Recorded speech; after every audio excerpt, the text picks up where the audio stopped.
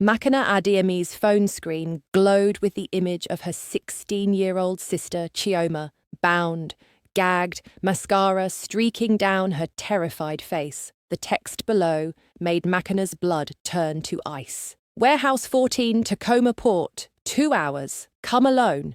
And if you breathe a word to Kang, I will slit her throat. Your uncle sends his regards. Behind her, through the floor-to-ceiling windows of the Seattle penthouse, the city sparkled like scattered diamonds. Ji-hoon Kang was in the kitchen, humming something in Korean while he plated their 6-month anniversary dinner. The smell of bulgogi mixed with her jollof rice, a fusion meal they'd laughed about creating together. He had no idea that the beautiful life they'd built was about to explode. Makina's hands shook as she deleted the message. She had 117 minutes to decide. Trust the man she'd married for money and accidentally fallen in love with, or save her sister herself, and probably die trying. 6 months ago, she would have chosen differently. 6 months ago, she'd been a completely different person. Makina pushed through the revolving doors of the Emerald Grand Hotel in downtown Seattle, her heart hammering against her ribs like it was trying to escape her chest. Sweat soaked through her nursing scrubs despite the cool October evening. Behind her, she could hear heavy footsteps getting closer. Uncle Victor's men had been hunting her for 5 days straight. The hotel lobby was massive, all white marble and gold fixtures that screamed old money. Crystal chandeliers the size of cars hung from the vaulted ceiling. Women in cocktail dresses and men in $1,000 suits moved through the space like they owned it. Makena looked completely out of place in her rumpled CNA uniform and worn Nikes, her box braids pulled back in a messy bun. But she didn't care about fitting in. She just needed somewhere to hide. There! A harsh voice cut through the lobby noise. Makena's head whipped around. 2 of Victor's enforcers, Marcus and Tunde, had just come through the revolving doors. Marcus was the taller one, built like a linebacker with scars on his knuckles from years of breaking bones. Tunde was shorter but meaner, with dead eyes that had seen too much violence. They spotted her and started moving fast. Makena ran. She dodged around a couple taking selfies, nearly crashed into a luggage cart, and sprinted toward a hallway marked private event. Her lungs burned. She'd just finished a double shift at the hospital, 12 hours on her feet with no break. Her body was screaming for rest. But rest meant capture. Capture meant going back to Victor, and going back to Victor meant things worse than death. The hallway opened into a massive ballroom where at least 300 people in formal wear stood around drinking champagne and networking, some kind of corporate gala. Waiters in white jackets moved through the crowd with trays of hors d'oeuvres. A string quartet played something classical in the corner. Makena slipped into the crowd, trying to make herself invisible. She was short enough, 5'4", that the taller guests blocked her from view. She weaved between groups of tech CEOs and venture capitalists, keeping her head down, her breathing ragged. Then she slammed directly into someone's chest. It was like hitting a wall made of muscle and expensive cologne. Strong hands caught her arms before she could fall backward. Makena looked up and forgot how to breathe for an entirely different reason. The man staring down at her was the most devastatingly beautiful human being she'd ever seen in her 24 years of life. Sharp jawline that could cut glass, flawless golden bronze skin, dark eyes so intense they seemed to look straight through her soul into all the broken parts she kept hidden. His black Tom Ford suit probably cost more than she made in 6 months. His dark hair was styled perfectly, not a strand out of place. Everything about him radiated power, control, and danger wrapped in a civilized package. He was Korean, she realized, and he wore wealth and authority like other men wore cologne. I'm so sorry, Makena gasped, trying to pull away. Her Yoruba accent got thicker when she was stressed. I didn't mean to. You're running. His voice was deep, Smooth, with just the slightest Korean accent underneath perfect English. He didn't let go of her arms. From who? Before McKenna could answer, Marcus and Tunde pushed through the crowd about 20 feet away. They hadn't spotted her yet, but they were searching methodically, their eyes scanning every face. Please, McKenna whispered, looking up at the stranger. Her voice cracked with desperation. Please, I just need to hide for a minute. Those men, they work for my uncle. He'll hurt me if they catch me. Please. The stranger's dark eyes shifted from her face to the approaching men. Something changed in his expression. The polite curiosity vanished, replaced by something cold and calculating and absolutely lethal. He pulled McKenna closer to his side, one arm sliding around her waist possessively. His body was warm and solid against hers. She could feel his heart beating steady and calm, while hers was trying to break her ribs. Marcus and Tunde stopped right in front of them. Marcus smiled, but it was the smile of a predator who'd cornered prey. Sorry to interrupt your evening, sir, but that girl belongs with her family. We're just here to bring her home. Uncle, McKenna said quickly, her hand clutching the stranger's jacket.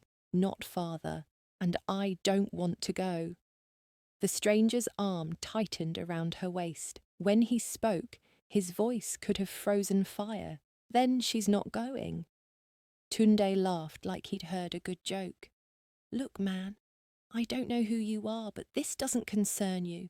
Hand over the girl and we'll forget this happened. The stranger didn't smile, didn't blink. He simply raised his free hand and snapped his fingers once. The snap echoed through the immediate area like a gunshot. Within 5 seconds, 6 men in black suits materialized from different parts of the ballroom. They were huge, professional bodyguard, huge, and they all moved with the coordinated precision of a military unit. They formed a loose circle around the stranger and McKenna, their hands resting casually near their jacket pockets where McKenna knew weapons were hidden. The energy in the room shifted. Nearby conversations died. People started moving away, giving them space. Someone important had just been disturbed, and everyone knew it. Who I am, the stranger said quietly, is the person telling you to leave. Now. Marcus and Tunde looked at the 6 bodyguards, then back at the stranger.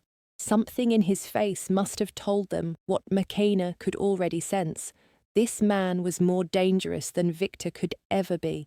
Different kind of dangerous, controlled, surgical, absolutely ruthless when necessary. Victor's going to hear about this, Marcus said, backing up a step. His bravado was cracking. I'm counting on it. The stranger's smile was terrifying in its complete lack of warmth. Tell him if he sends anyone after this woman again, I'll send them back in pieces, starting with you. The 2 men practically ran out of the ballroom. McKenna's whole body sagged with relief. She would have collapsed if the stranger wasn't holding her up. Her legs had turned to water. Thank you, she breathed. Oh my God. Thank you so much. I don't know how to... What's your name? He was looking down at her with an expression that was slightly softer than the ice he'd shown Marcus and Tunde. McKenna. McKenna Adeyemi. McKenna? He said it slowly, like he was tasting each syllable. His pronunciation was perfect. I'm Ji-hoon Kang. Come with me. It wasn't a request. He guided her through the crowd with his arm still around her waist, the 6 bodyguards forming a protective perimeter around them. People moved out of their way without being asked. Whoever this Ji-hoon Kang was, he commanded respect and fear in equal measure. They took a private elevator to the top floor. The penthouse suite was bigger than any apartment McKenna had ever lived in. The living room alone could fit her entire childhood home in Lagos. Floor-to-ceiling windows showed the Seattle skyline stretching out into Puget Sound. The furniture looked like it belonged in an art museum. Everything was pristine, expensive, perfect. Ji-hoon finally released her and walked to a bar in the corner. He poured himself 2 fingers of something amber and expensive looking. Sit, he said, gesturing to a white leather couch. McKenna sat on the very edge, her hands clasped in her lap. Now that the adrenaline was fading, embarrassment rushed in to replace it. She was in her dirty work scrubs, probably smelling like hospital disinfectant and sweat, sitting in a penthouse that cost more per night than she made in a month. I should go, she said quietly. I'm sorry I dragged you into my mess. Thank you for what you did, but I don't want to cause you any more trouble. You're not going anywhere tonight. Ji-hoon turned to face her, leaning against the bar. Those men will be watching for you. You're safer here. I can't stay here. I don't even know you. You know, I just saved your life. He took a sip of his drink. Tell me about your uncle. The way he said uncle was loaded with disgust. McKenna looked down at her hands. This was humiliating, but he deserved to know what he'd gotten himself into. Victor Okafor isn't really my uncle. He was my father's business partner back in Nigeria. When my parents died in a car accident 3 years ago, he took me and my younger siblings, Kioma and Tobias. We thought he was helping us immigrate to America, giving us a better life. Her voice cracked. He was trafficking us. He had plans to sell Kioma when she turned 16. I found out 6 months ago. I've been running ever since, trying to save enough money to get my siblings away from him and disappear. Ji-hoon's expression didn't change, but something flickered in his dark eyes. Where are your siblings now? Still with him. He has them in a house in Tacoma. I see them twice a week when I bring money. Tears burned McKenna's eyes. I work 3 jobs. CNA at Swedish Medical Center, weekend hair braiding at my friend's salon, and Uber driving when I can. I've saved almost $15,000. I need about 50 more to get us settled somewhere far away, somewhere Victor can't find us. Smart girl, Ji-hoon said softly, but running isn't enough. Men like that don't stop.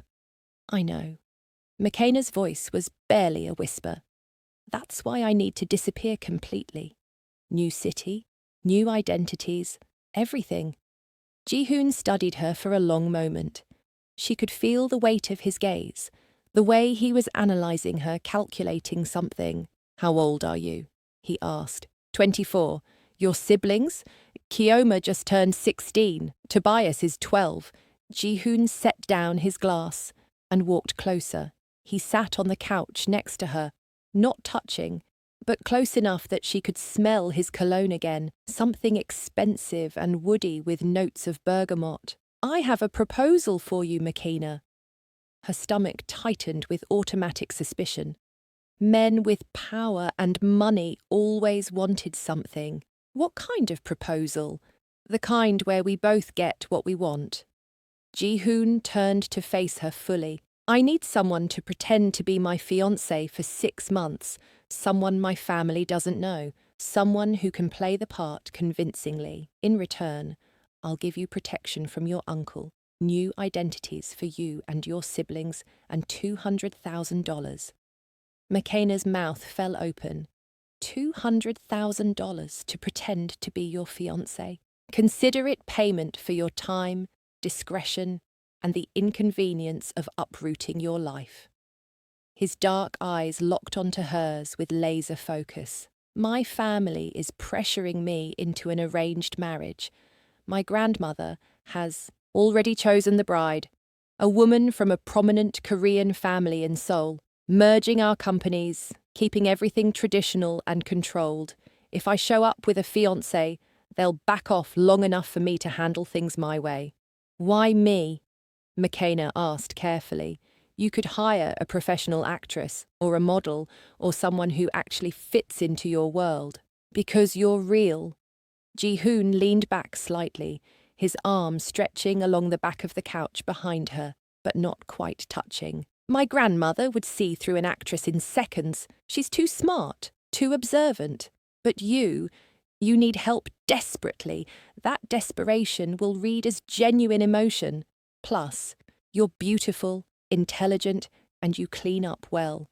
I saw how you carried yourself in that ballroom, despite being terrified and out of place. You have natural dignity. The compliment caught McKenna off guard. Heat rushed to her cheeks. What exactly would I have to do? She asked slowly. Attend events with me, meet my family, act affectionate in public, learn enough about Korean culture to be convincing. He paused. And live here. My grandmother is traditional. She'll expect my fiancé to share my space. We'll have separate bedrooms, of course, unless you prefer otherwise. The way he said that last part made something flutter low in McKenna's stomach. Separate bedrooms is fine, she said quickly. And my siblings? I'll have them moved to a safe location within 24 hours. New identities, private school enrollment, everything they need. Your uncle will never find them. How do I know I can trust you?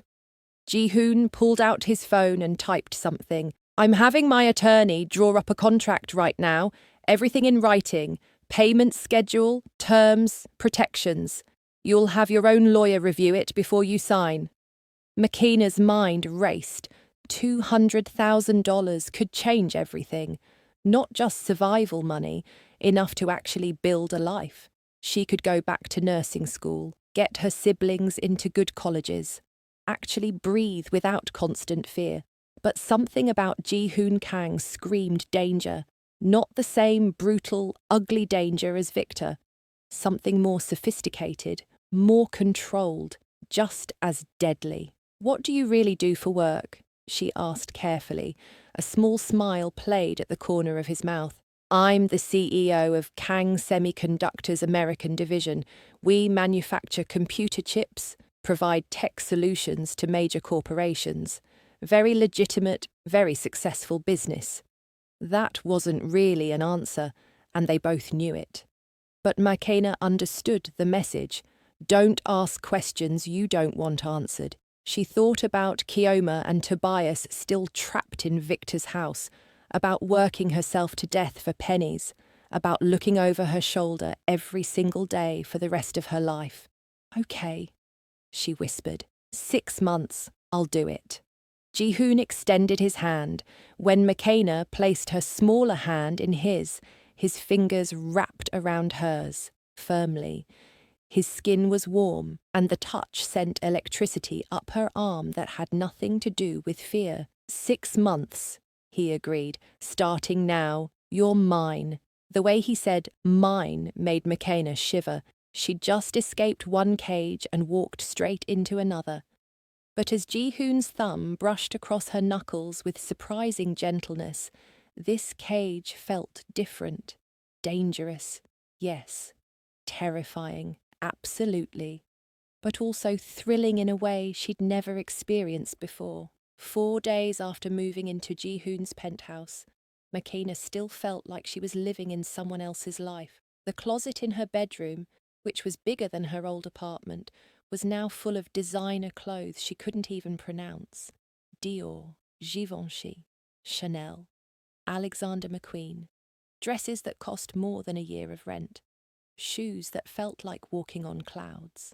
A stylist named Jennifer had spent 6 hours teaching her about fabrics, cuts, and what colours worked with her dark skin tone. You're a winter, Jennifer had declared, holding up jewel tones against McKenna's face.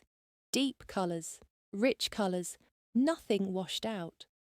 The makeup artist who came next, a Korean woman named Hae-won, had been equally intense. Your bone structure is incredible, Hae-won had said, tilting McKenna's face towards the light. High cheekbones, full lips, beautiful eyes. We just enhance what's already there. It was overwhelming, wonderful and terrifying at the same time. But the strangest part was Ji-hoon himself. He was nothing like McKenna expected. She'd assumed he'd be cold, distant, treating her like an employee. Instead, he was attentive. He asked about her day. He made sure she ate. When he found out she'd been too nervous to explore the penthouse, he'd given her a full tour himself. explaining the Korean design elements, the artwork on the walls, the meaning behind certain objects. This is a pojagi, he'd said, showing her a beautiful patchwork textile hanging in the hallway. Traditional Korean wrapping cloth. My grandmother made it. It symbolizes bringing together different pieces into something whole.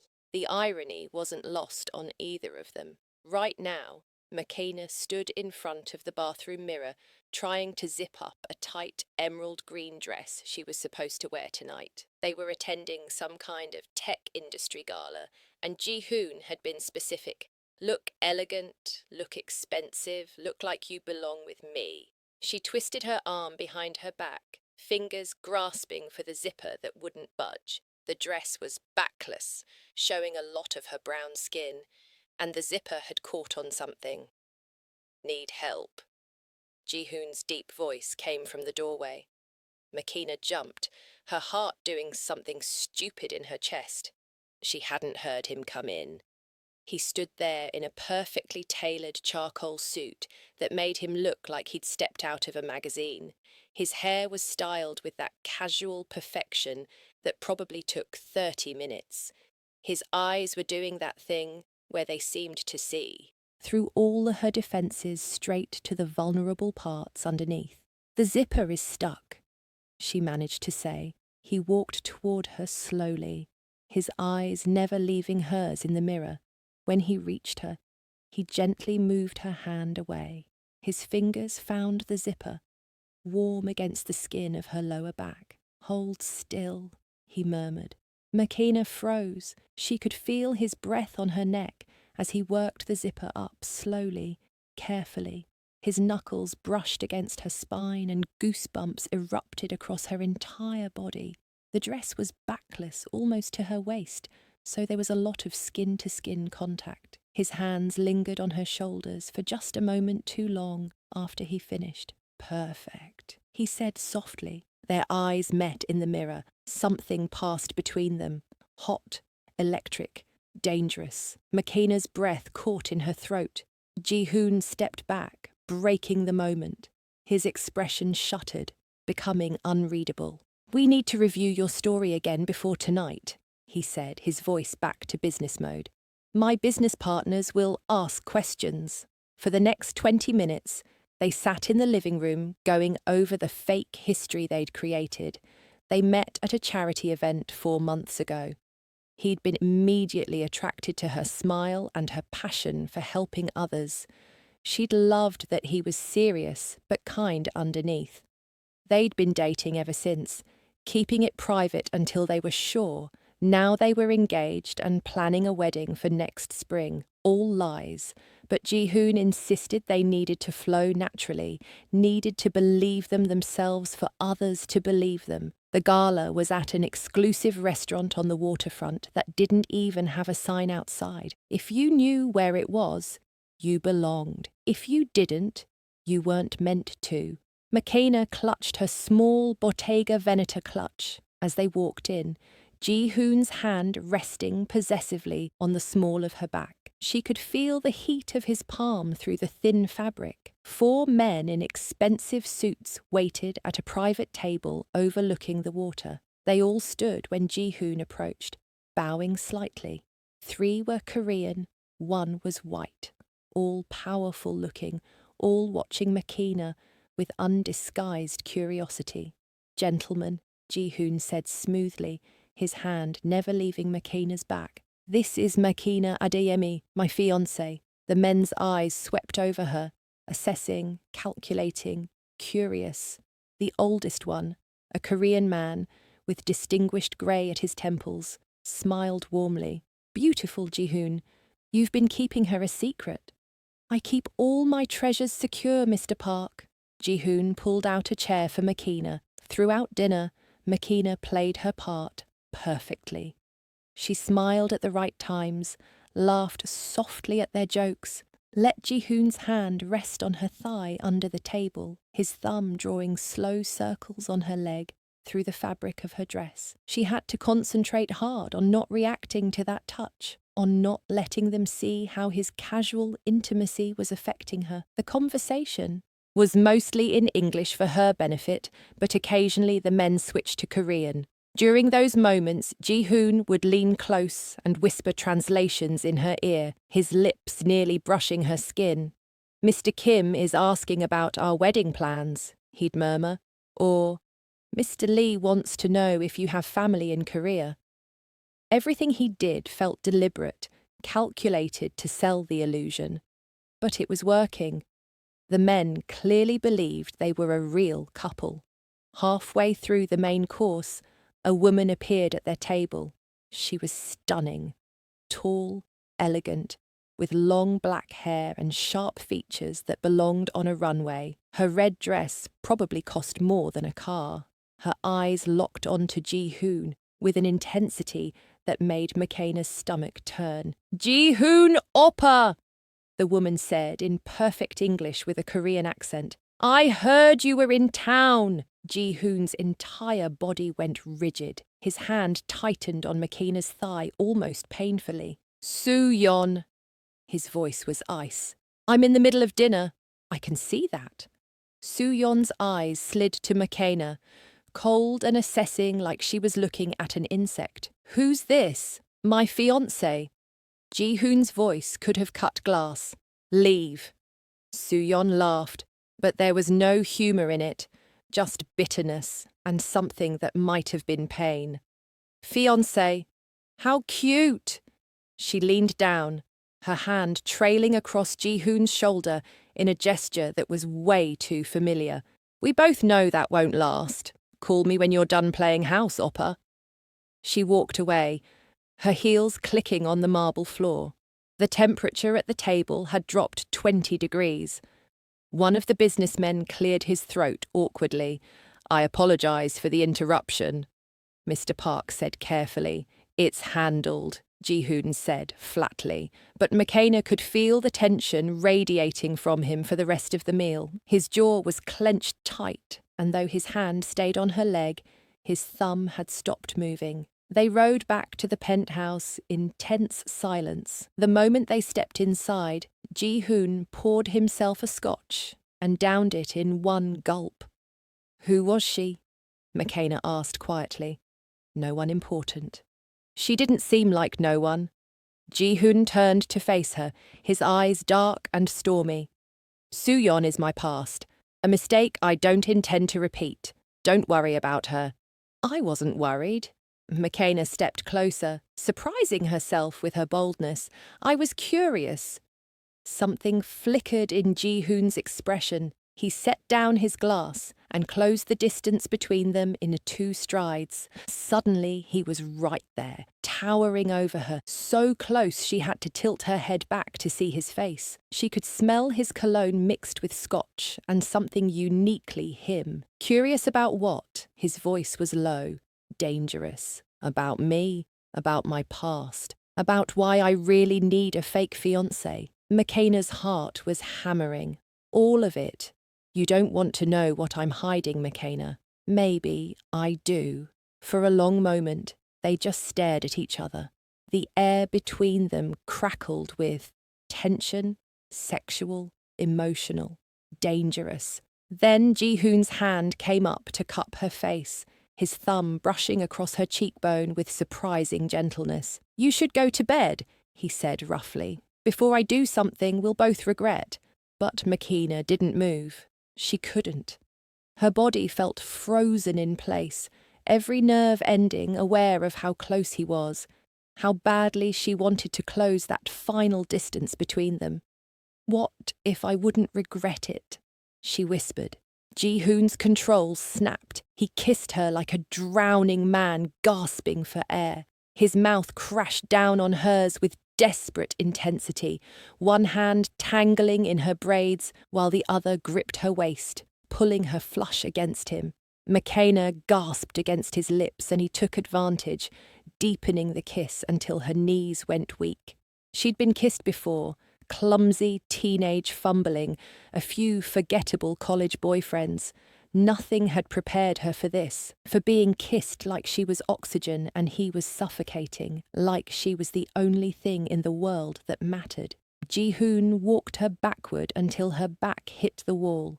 his body pressed against hers, hard and warm and overwhelming. One hand slid down her side, gripping her hip possessively, while the other cradled her face with surprising gentleness. When he finally pulled back, they were both breathing hard. His forehead rested against hers. "This complicates things," he said roughly. "I know." McKenna's hands were clutching his jacket. When had she grabbed him? 6 months. That was the deal. "I know." Ji-hoon pulled back to look at her, his eyes searching her face. "If we do this, there are rules. You follow my instructions when it comes to my family and business. You don't ask questions about things that don't concern you. You trust me to keep you safe. And what do I get besides the money?" A slow, dangerous smile spread across his face. "Me? For as long as this lasts." McKenna knew she should say no. Every logical part of her brain screamed that this was a terrible idea. Ji-hoon was clearly involved in something beyond just legitimate business. He was dangerous, controlling, hiding secrets that could probably destroy her, but she'd spent her whole life being careful, being scared, playing it safe. And where had that gotten her? Running from a human trafficker with nothing but the clothes on her back. Maybe it was time to be reckless. "Okay," she breathed. "I'm in." Ji-hoon's smile turned predatory. He kissed her again, slower this time, but no less intense. His hands explored her body over the dress, learning her curves, making her gasp into his mouth. "Bedroom," he muttered against her lips. "Now." He led her to his bedroom, not hers. The room was huge and modern, dominated by a massive bed. City lights filtered through the floor-to-ceiling windows, casting shadows across the dark furniture. Ji-hoon turned to face her, his eyes burning with want. "Last chance to change your mind." Instead of answering, McKenna reached for the zipper of her dress, the one he'd helped her with earlier. She pulled it down slowly, maintaining eye contact. The dress slid down her body and pooled at her feet, leaving her in just her underwear. Ji-hoon's sharp intake of breath was deeply satisfying. He crossed the room in 2 strides, lifting her easily and carrying her to the bed. What followed was intense and overwhelming in the best way.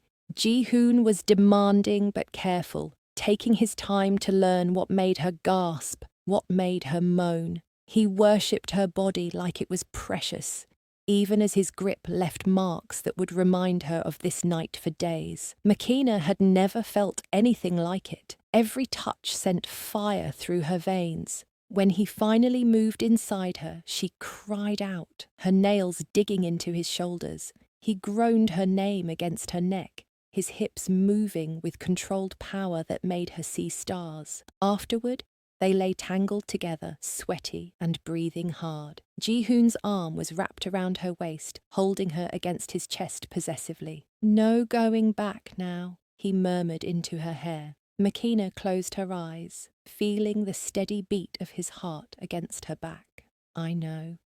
She'd just given herself to a man she barely knew, a man who dealt in shadows and secrets. But as his fingers traced lazy patterns on her stomach and his lips pressed soft kisses to her shoulder, McKenna couldn't bring herself to regret it. 6 months suddenly seemed like both too long and not nearly enough time. 3 months into their arrangement, McKenna stood in the bathroom of Ji-hoon's childhood home in Los Angeles, staring at her reflection and trying not to panic. They were here to meet his family for the first time, his grandmother, his parents, his younger sister, the people whose approval supposedly meant everything. Ji-hoon had been tense all morning, his usual calm facade cracking around the edges. He'd given her detailed instructions about how to behave, what to say, what topics to avoid. "My grandmother is very traditional," he'd said during the drive down from Seattle. "She values respect, family loyalty, and knowing your place. She'll test you. She'll try to find weaknesses. Don't take it personally." "What kind of test?" McKenna had asked. "You'll see." Now, standing in this bathroom, wearing a modest but expensive dress that covered her to her knees and her collarbones. McKenna felt completely out of her depth. The house was beautiful. A massive estate in Bel Air with perfectly manicured gardens and architecture that blended modern American with traditional Korean elements, but it felt cold, unwelcoming. A knock on the bathroom door made her jump. "McKenna?" Ji-hoon's voice was soft. "They're ready for us." McKenna took a deep breath, checked her reflection one more time, and opened the door. Ji-hoon stood there looking gorgeous and remote in a dark suit. But when his eyes met hers, they softened slightly. "You look perfect," he said quietly. He took her hand, threading their fingers, together. "Remember, we're in this together. You're mine, and I protect what's mine." The words sent warmth through her chest. They walked together into a formal sitting room where Ji-hoon's family waited. His grandmother sat in the centre, like a tiny queen holding court. She was in her late 70s, dressed in an elegant hanbok, her grey hair pulled back in a traditional style. Her eyes were sharp and missed absolutely nothing. Ji-hoon's parents sat on either side of her, his father tall and stern-looking, his mother beautiful and cold. His younger sister, Min Seo, sat slightly apart, looking bored with her phone. Everyone stood when they entered, except the grandmother. "Halmeoni," Ji-hoon said, respectfully, bowing deeply.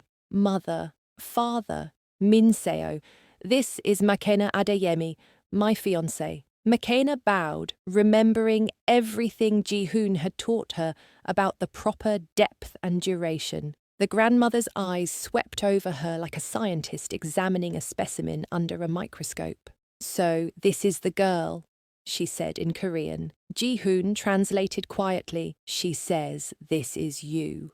"Yes, Halmeoni," McKenna said respectfully, using the Korean word for grandmother that Ji-hoon had taught her. "Thank you for welcoming me into your home." The grandmother's eyebrows rose slightly. She switched to heavily accented English. "You speak Korean?" "I'm learning," McKenna said carefully. "Ji-hoon has been teaching me. I know it's important to him and to your family." The grandmother gestured for them to sit. "Where are you from, girl?" "Nigeria, originally, Halmeoni, but I've lived in America since I was 12. "Family?" McKenna hesitated. Ji-hoon's hand found hers under the table, squeezing gently. "My parents passed away 3 years ago. I have 2 younger siblings, Kioma and Tobias.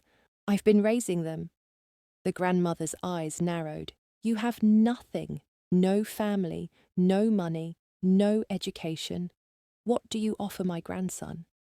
The words stung even though McKenna had expected something like this. Before she could answer, Ji-hoon spoke sharply in Korean. The grandmother waved her hand dismissively. "She makes you soft," the grandmother said to Ji-hoon in English. "This is not good for business. You should be focused on the semiconductor deal with Samsung, not playing house with a girl who has nothing." "My business is doing better than ever," Ji-hoon replied coolly. "McKenna has nothing to do with that. If anything, she helps me stay focused on what matters. What matters is family, duty, tradition." The grandmother's eyes were hard. "Soo-yeon comes from good family. Her father's company would strengthen ours. This girl brings nothing." "This girl," McKenna said quietly, her Yoruba pride flaring despite her nerves, "brings herself. I may not have money or connections, but I work hard. I take care of my family. I'm loyal to the people I love. Those are the values my parents taught me, and they're the same values I see in Ji-hoon." The room went silent. Ji-hoon's mother looked shocked. His father's eyebrows had disappeared into his hairline. Min Seo had actually looked up from her phone. The grandmother stared at McKenna for a long, tense moment. Then, to everyone's surprise, she smiled slightly. "You have spine. Good. Ji-hoon needs someone who won't just bow and agree. The smile vanished. But spine is not enough. 1 month. I give this 1 month. Then you will see she is not suitable, or she will leave on her own. After the family lunch, which was awkward and tense despite the incredible Korean food, Ji-hoon was quiet on the drive back to Seattle. His jaw was clenched tight, and Makina could practically see the tension radiating off him. "I'm sorry," she said softly. "I know that didn't go well." "It went exactly as I expected." Ji-hoon's hands flexed on the steering wheel. "My grandmother doesn't approve of anything that doesn't fit her perfect plan for my life." What was her plan? "Marry me off to Suyeon, merge our companies, keep everything traditional, controlled, predictable." He glanced at her. "You're the opposite of everything she wanted for me. Is that why you chose me?" Ji-hoon's lips quirked in a small smile. "Partly. Also because you're brave, intelligent, beautiful, and you don't take anyone's shit, even my grandmother's." Makina's heart did that stupid flutter thing again. They'd been sleeping together regularly for the past 2 months. What had started as one reckless night had turned into something neither of them seemed able to stop. Ji-hoon would come to her room after late business meetings, or she'd find herself in his bed after dinner, and they'd lose themselves in each other. But they never talked about it. Never acknowledged that this had become more than just physical. Never admitted that somewhere between the fake dates and real kisses, feelings had gotten involved. They were pulling into the parking garage of the Seattle penthouse when Ji-hoon's phone rang. He answered in Korean, his expression going from relaxed to furious in seconds. He spoke rapidly, his voice sharp with anger. When he hung up, he was practically vibrating with fury. "What's wrong?" Makina asked. "Business problem. I have to handle something." He turned to her, his eyes intense. "Stay in the penthouse. Don't answer the door for anyone except my security team. I'll have guards posted outside." "Ji-hoon, you're scaring me." He pulled her close, kissing her hard. "I'll be back soon. Just stay safe." Then he was gone, leaving Makina alone with her growing unease. Hours passed. Makina tried to watch TV, tried to read, tried to do anything to distract herself, but her mind kept circling back to the tension in Ji-hoon's voice, the fury in his eyes. What kind of business required armed guards and that level of security? She was dozing on the couch when her phone buzzed, a text from an unknown number. Her blood turned to ice when she opened it. The video showed Kioma, her beautiful, brave little sister, tied to a chair in what looked like a warehouse. Her face was bruised, mascara streaking down her cheeks from crying. Her school uniform was torn. The text below the video made Makina's world tilt. "Warehouse 14, Tacoma Port. 2 hours. Come alone. Tell Kang and I cut her throat. Your uncle sends his regards." Makina's hands shook so badly she nearly dropped the phone. Victor had found them. Despite all of Ji-hoon's security, all his promises, all his money and power, Victor had found Kioma. A second text came through, "And don't think about telling your billionaire boyfriend. I have someone watching the penthouse. You leave with anyone, you call anyone, I know.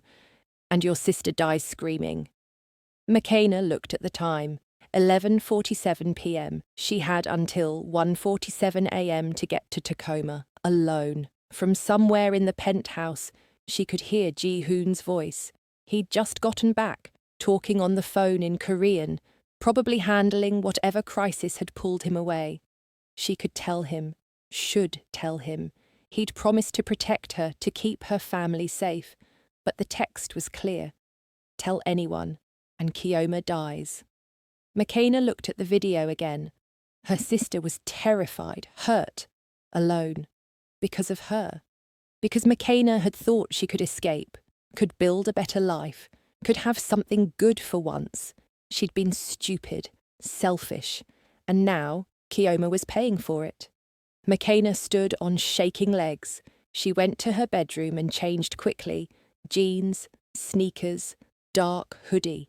She found the emergency cash Ji-hoon kept in his office desk, $3,000. She scribbled a note on a piece of paper. "I'm sorry. I have to do this alone. Thank you for everything. M." Then she slipped out the service entrance, the one the cleaning staff used, while Ji-hoon was still on the phone in his office. The night air hit her like a slap. Seattle was cold in March, the streets wet from earlier rain. McKenna flagged down a cab, her heart hammering. "Tacoma Port," she told the driver. "Warehouse District, and I'll give you an extra $500 if you get me there in under an hour." As the cab pulled away from the penthouse, McKenna looked back one last time. She was probably going to die tonight. Victor wouldn't just let her go after this. But maybe she could convince him to spare Keoma and Tobias. Maybe she could trade herself for their safety. It was the only plan she had. The warehouse district was exactly as terrible as McKenna expected. Dark, industrial, smelling like fish and gasoline. And desperation. Rows of corrugated metal buildings stretched into the darkness, illuminated only by scattered streetlights. Warehouse 14 was at the end of a long pier, isolated from the others. McKenna paid the cab driver and watched his taillights disappear into the night. Then she was alone. She walked toward the warehouse on shaking legs. Every instinct screamed at her to run, to call Ji-hoon, to do anything except walk into this obvious trap. But Keoma was in there. The warehouse door was slightly open. Light spilled out from inside. McKenna pushed through and stepped into hell. The interior was mostly empty, except for some old shipping containers and broken crates. Harsh fluorescent lights hung from the ceiling, casting everything in sickly yellow. Keoma was tied to a chair in the center of the space, exactly like in the video. She looked up when McKenna entered, her eyes going wide with horror. "McKenna, no!" She screamed through the gag in her mouth. "Run!" But it was too late. Victor Okafor stepped out from behind a shipping container, smiling like a shark that had just smelled blood. He looked the same as always, tall, broad-shouldered, handsome in a brutal way, expensive suit that didn't hide the violence underneath. His eyes were dead flat, completely without empathy. "There's my favourite niece," he said in Yoruba-accented English. "Right on time." "Let her go," McKenna said, trying to keep her voice steady. "I'm here. You have me. Let Keoma go." Victor laughed. "You think this is a trade? Oh, sweet girl. You're both worth money. Why would I let either of you go?" 5 men stepped out from the shadows, all armed. McKenna recognized some of them, enforcers Victor used for his trafficking business. "You see," Victor continued, walking closer, "I've been having a bad month, lost 2 shipments to the Coast Guard, had to pay off some expensive people. I need cash flow. And you two?" He gestured at McKenna and Keoma. "You're walking ATM machines, already have buyers lined up. Middle Eastern businessman wants Keoma, said he'd pay extra since she's a virgin, and you—" His smile turned cruel. "Mexican cartel boss saw your picture, wants you for his personal collection, paying me $300,000. McKenna's stomach turned. "You're insane. Ji-hoon will find you. He'll kill you. Your billionaire boyfriend." Victor laughed again. "He's busy dealing with the fire I set at one of his warehouses, and by the time he figures out where you are, you'll be long gone. Already have transport arranged." He nodded to his men. They started moving toward McKenna. She backed up, her mind racing. She was going to die here, or worse than die. Sold, trafficked, destroyed, and Keoma would suffer the same fate. She should have told Ji-hoon, should have trusted him. The men were 3 feet away when the warehouse door exploded inward.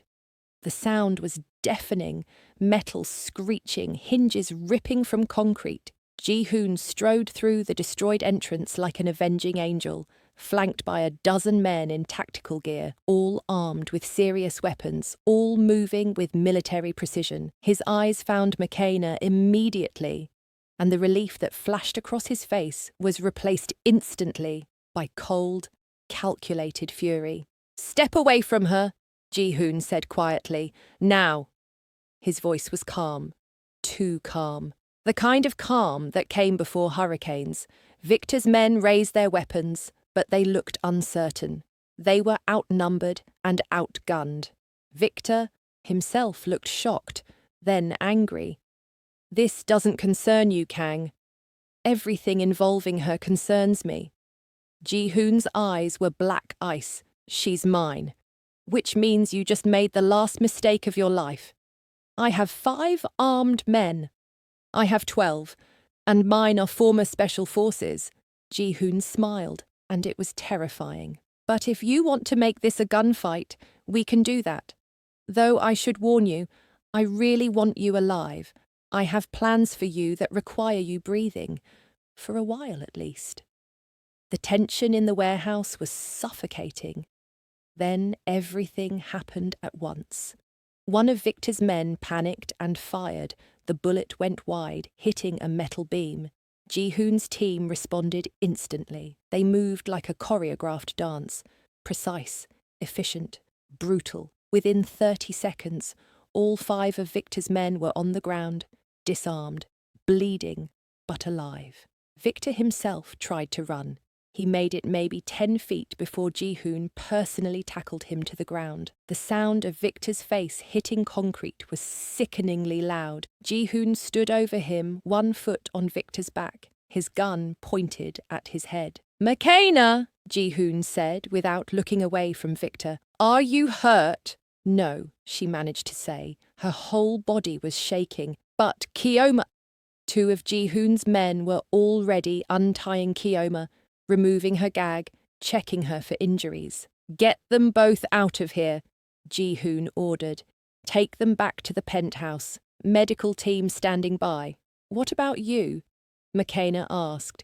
Ji-hoon finally looked at her. His eyes were filled with something dark and final. "I'm going to have a conversation with your uncle about the consequences of touching what belongs to me."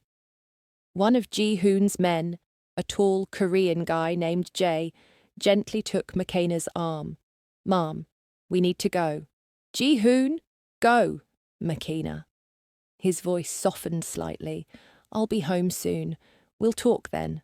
McKenna let Jae lead her and Kioma out of the warehouse. Behind them, she could hear Victor starting to beg. She didn't look back. The ride back to Seattle was a blur. Kioma clung to McKenna the whole time, crying and shaking. A medic checked them both over. Kioma had bruises and a cut on her cheek, but nothing broken. McKenna was physically fine. Emotionally, she was shattered. They arrived at the penthouse around 4 a.m. Tobias was there, having been brought from his safe location. He ran to his sisters, and the 3 of them held each other and cried. Ji-hoon's staff, people McKenna had barely interacted with, were suddenly everywhere, providing blankets, hot tea, food, whatever they needed, kind and professional, and not asking any questions.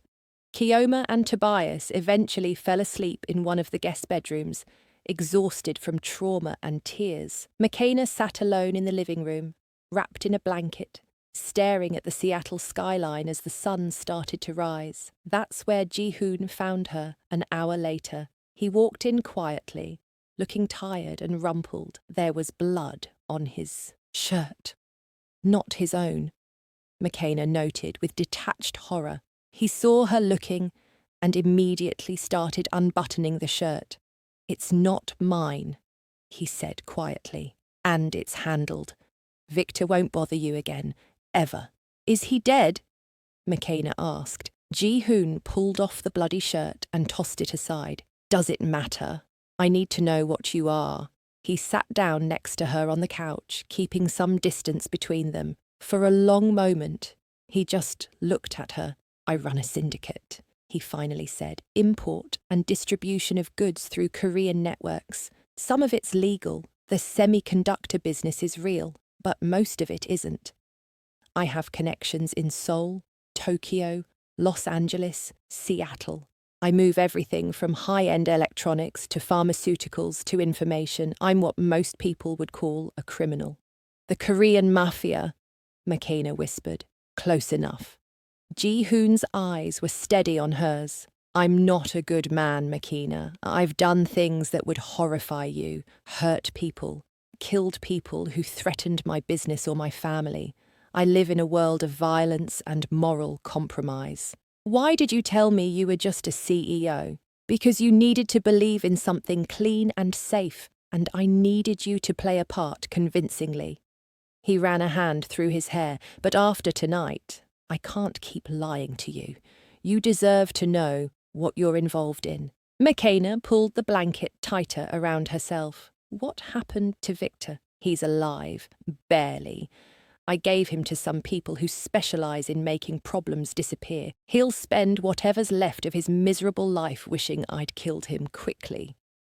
Ji-hoon's voice was matter-of-fact. His trafficking ring is being dismantled as we speak. Everyone involved is being dealt with. How did you find me? I always know where you are. There's a tracker in your phone. He must have seen her expression because he quickly added, For your protection. When you left the penthouse, my security team alerted me immediately. I had people following you from the moment you got in that cab. You could have stopped me. I could have, but I wanted to see where you were going, who was threatening you, and I wanted to catch them in the act so I could end this permanently. His eyes were intense. I'm sorry I used you as bait, but I'm not sorry for the results. McKenna should have been angry, should have felt betrayed, manipulated, used, but all she felt was exhausted. I was so scared, she whispered. I thought Keoma would die because of me, because I dared to want something better. Ji-hoon moved closer, pulling her into his arms. She went willingly, burying her face in his bare chest. You're safe now, he murmured into her hair. All three of you. Victor is gone. His network is destroyed. You never have to be afraid of him again. What about your world? The violence, the danger, all of it. Ji-hoon pulled back to look at her. I'm getting out. What? I've been planning it for 2 years, quietly moving, money into legitimate businesses, building exit strategies, making arrangements. Tonight accelerated the timeline, but I'm done. His hand cupped her face. Meeting you, having something real to protect. It made me realize I don't want this life anymore. I want to build something that doesn't require blood to maintain. Can you just walk away? It's complicated, expensive, dangerous. He smiled slightly.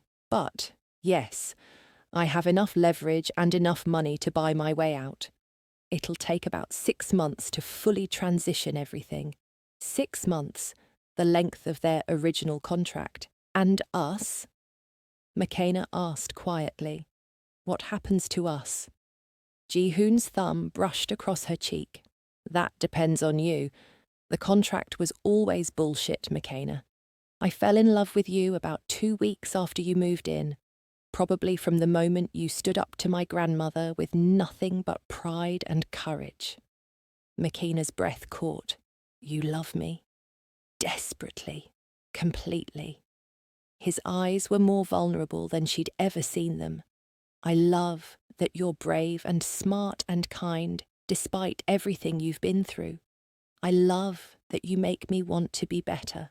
I love that you see past the money and power to the person underneath. I love you, McKenna, and I want to spend the rest of my life proving I'm worthy of you. Tears spilled down McKenna's cheeks. I love you too. I tried not to. Tried to keep it just business, just physical. But somewhere between the fake dates and real kisses, I fell completely in love with you. Ji-hoon kissed her softly, gently, like she was precious and breakable. Marry me, he whispered against her lips. For real this time, not for show, not for business, because I can't imagine my life without you in it. We barely know each other. I know you're brave enough to walk into a warehouse alone to save your sister. I know you take care of everyone you love before yourself. I know you have a terrible addiction to spicy food and you sing Afro beats in the shower. I know you're terrified of flying, but you smile through it anyway. I know you chew your bottom lip when you're thinking. He kissed that lip gently. I know everything that matters. The rest we'll learn together. McKenna smiled through her tears. Yes, yes, I'll marry you. They made love right there on the couch as the sun rose over Seattle, slow and tender and real. This wasn't performance or contract or transaction. This was love, complicated, dangerous, beautiful love. 9 months later, McKenna stood on the porch of their new house in Asheville, North Carolina, watching the sun set over the Blue Ridge Mountains. Her hand rested on her very pregnant belly. 37 weeks, the doctor said. Any day now. Inside, she could hear Keoma helping Ji-hoon make dinner. Her sister had blossomed in the past months, back in school, making friends, healing from the trauma. Tobias was upstairs doing homework and probably playing video games simultaneously. They'd all moved across the country 6 months ago, after Ji-hoon had officially exited his syndicate. It had cost him most of his fortune. Payments to various people, settlements, buying his way out of obligations. But he'd kept enough to buy this beautiful house, set up trust funds for all 3 Adeyemi siblings, and invest in legitimate tech startups. He'd transitioned fully into the semiconductor business, his Harvard education and genuine talent making him successful without the criminal enterprise. They'd gotten married 3 months ago in a small ceremony that blended both their cultures, traditional Korean elements mixed with Nigerian customs. Ji-hoon had worn a hanbok. McKenna had worn gorgeous Nigerian lace. They'd fed each other jollof rice and kimchi. His grandmother had attended but hadn't smiled once. She still didn't approve. His parents were slowly coming around. But it didn't matter. They had each other. The front door opened and Ji-hoon stepped out, wrapping his arms around McKenna from behind, his hands covering hers on her belly. "Dinner's almost ready," he murmured, pressing a kiss to her neck. "Keoma's actually getting good at Korean food." "She's a natural." McKenna leaned back into him. "How was your day?" "Good. The Samsung deal went through. We're going to be manufacturing chips for their new phones."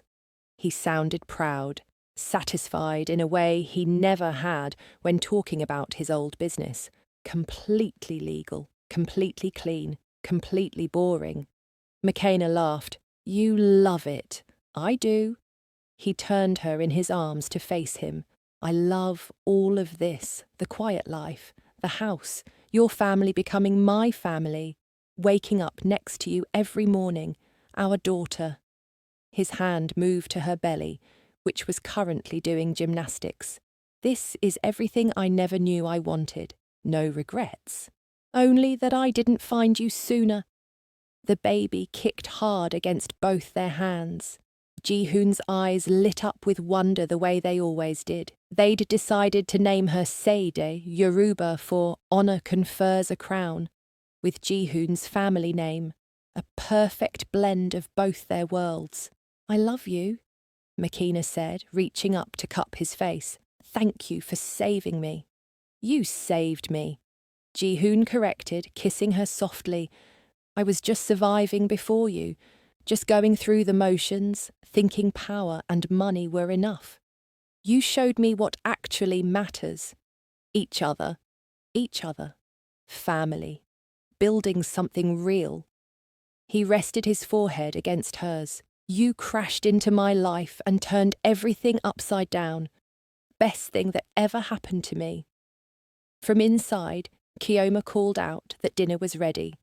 They walked back into the house together, hand in hand, ready to share a meal with the family they'd both fought so hard to protect. The journey had been violent and terrifying and painful, but it had brought them here, to love, to peace, to home, And that made every scar, every nightmare, every moment of fear worth it.